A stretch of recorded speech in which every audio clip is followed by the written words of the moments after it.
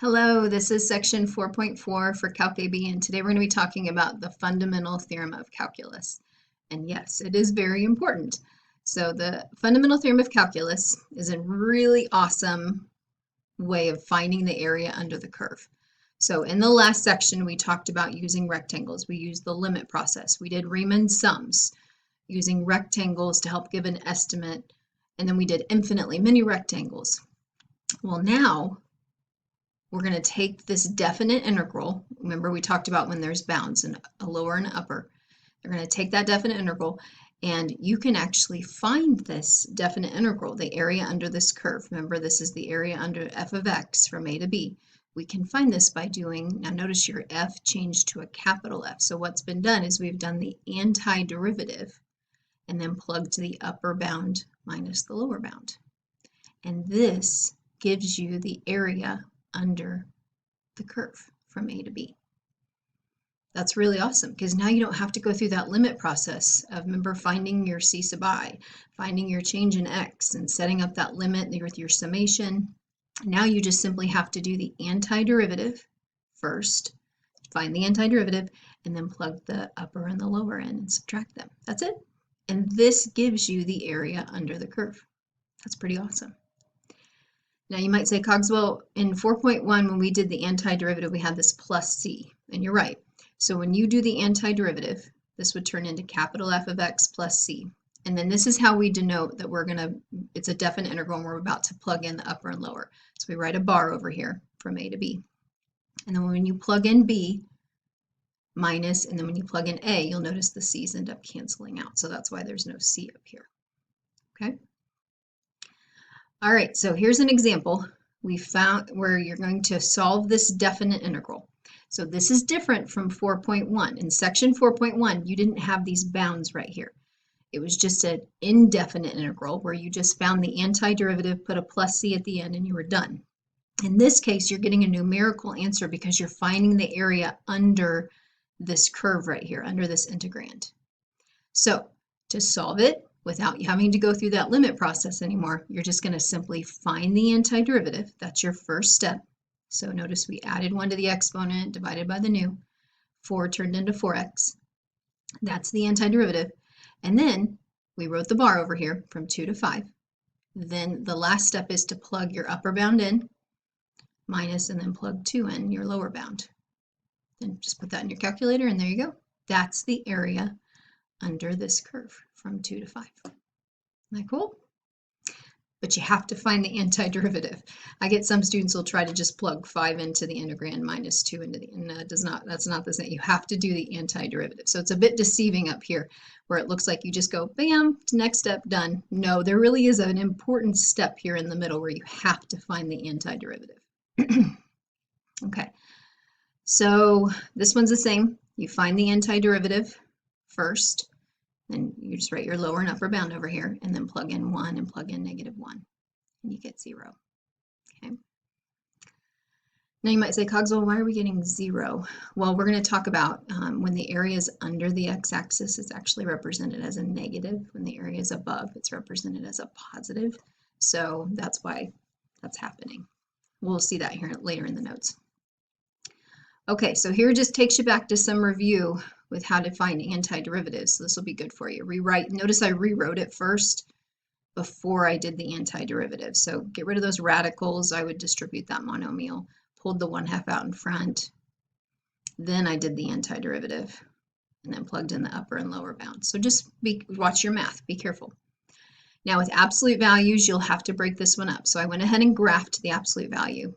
So the absolute value takes that part of the polynomial and reflects it over the x-axis, so that's what's going on over here. So you'll notice you have 3 different regions. So I broke this up and wrote it as 3 different definite integrals. Then you solve each separate one. And notice I put the negative in front of the part that reflected over the x-axis. Okay.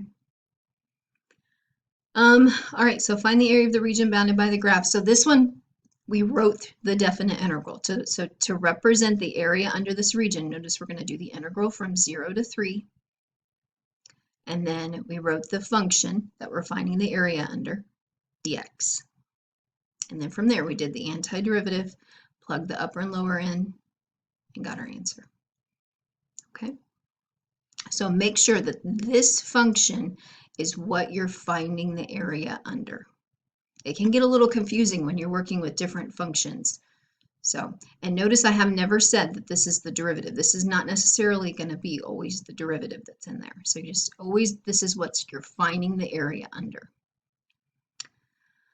Okay, mean value theorem for integrals, and this is different. And if you have to use this on a test, you do need to specify for integrals. That is completely different than the mean value theorem that we talked about with derivatives. So if you have a continuous function on the closed interval, there exists a number c in the closed interval from a to b such that the definite integral equals f of c times b minus a. So what on earth are they talking about here? So notice you've got a definite integral, that's the area under your curve. And same. And all they've done is they've created a horizontal line from your lower bound and your upper bound. Well, what they're trying to say is you're going to have the area under the curve is going to be some number, right? Well, there has to be some value here. This would be your C, where the area under that horizontal line is the same as the area under the curve. And this is really beneficial when we teach this in business calculus. We use this number a lot because think how beneficial if you've got a crazy function all over the place and you can walk up to your boss and give them a nice solid number that will be safe as long as we stay at this production level because we know the area under it and so forth. So if you can come up with a number where we know the area under this number is the same as the area under the curve, that's really powerful and helpful. Okay. So notice f of c times b minus a, that's just a rectangle. B minus a is your base length. F of c is your height. So do you see how it's just a rectangle? Is the same as the area under the curve. Okay. So that's what we're pulling down here. So find the value of c guaranteed by the mean value theorem for integrals for this function. And we know it's continuous, we're good to go. So I found the definite integral. That's the first thing I did. So find the definite integral, the area under cosine of x from negative pi over 3 to pi over 3. So we did the antiderivative, plugged in your upper and lower bounds, got this is the area under the curve. Okay. Okay, so then I'm bringing that over here and I'm going to set that equal to our function where I plugged c in, that's your cosine of c, times b minus a, which is the 2 pi over 3. And then you just work backwards, divide, arc cosine both sides, and there's your answer right there. There's that guaranteed C value where there's a horizontal line whose area under that is the same as the area under the curve. Now, this is where it's a little more common, is this average value. So in this case, all we've done is we've taken this formula, see it right here, and we just divided over that b minus a. That's it.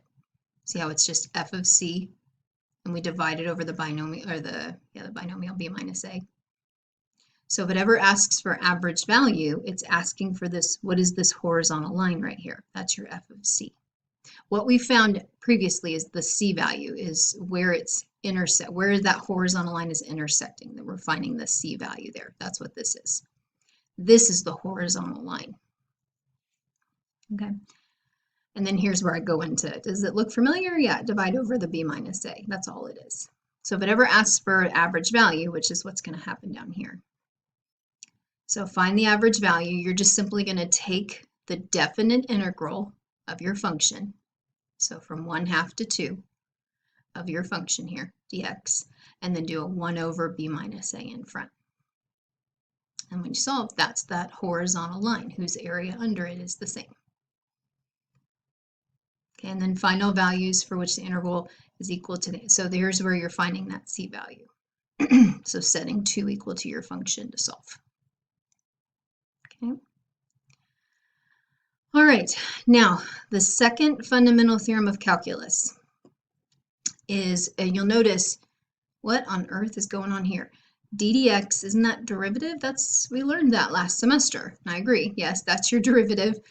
but you're doing the derivative of an antiderivative. So they're inverse operations. What on earth? Why is this useful? I promise you in the future I will show you why it's useful. But for now, just trust me on the process here. When this happens, they're basically inverse operations of each other. If you were to find the antiderivative and then turn around and do the derivative again, yeah. So these basically cancel each other out. And there's a shortcut where you can just simply plug x into your integrand. And notice that's what it's spitting out. So notice I never ended up having to do the antiderivative because you can just simply plug the x in and you're done. But it only works if it's a number in the lower bound. It has to be a number. It can be 0, doesn't matter the number, but it has to be a number here and it has to be a function in terms of something other than t. And it's usually going to be x. These are going to be the same. But you can just simply plug x in. I think I have to switch screens here real fast. All right, there we go. So, and here's where I kind of demonstrate how you end up getting. So if you do the antiderivative and do the definite, plug in your upper and lower bound and subtract and all that, and then turn around and do the derivative, you see how you get the same thing back. Okay. Now, using the second fundamental theorem of calculus, so you'll notice they're asking you to find the derivative of capital F of x, so they're having you do the derivative of an antiderivative. And it'll be pretty obvious when you're going to use it.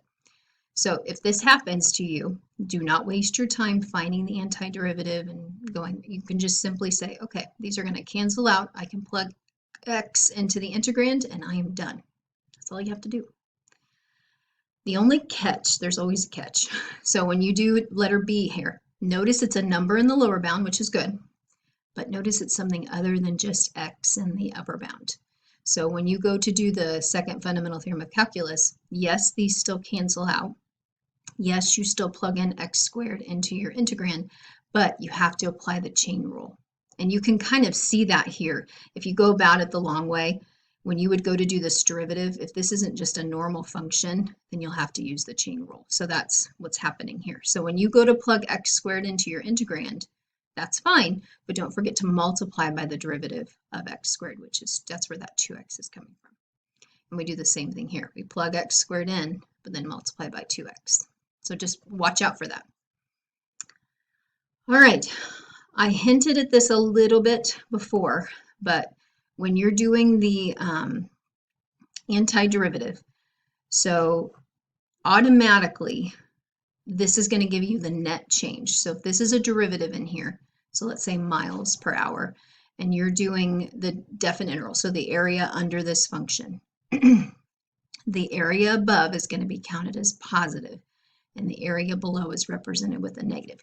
You can't have a negative area, but how we represent the fact that the area was in the below the x-axis is we put a negative sign in front, right?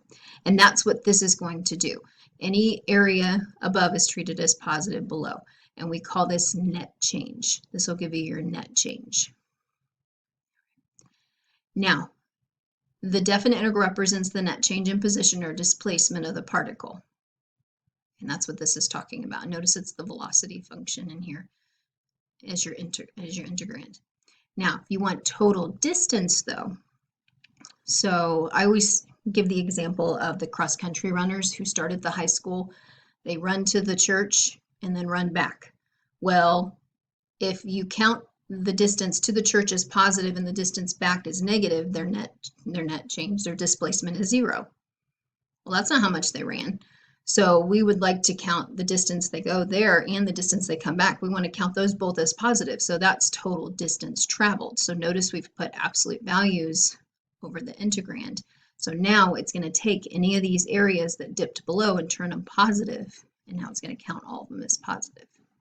So you'll just have to be careful on what it's asking you to find. Okay, so on these examples down here, water is being drained from a tank at a rate. So this is a rate. 100 plus 4t liters per minute, where t is time in minutes, from 0 to 60. Find the amount of water that has drained from the tank those first 5 minutes. So you can actually just find the area under that line. It's just a trapezoid. But then we set it up as a definite integral because you're finding the area under that rate. Do the antiderivative, plug your upper and lower end, subtract. you get the same answer. Okay, but watch out for when it says the displacement versus the total distance, and you'll have to use absolute values.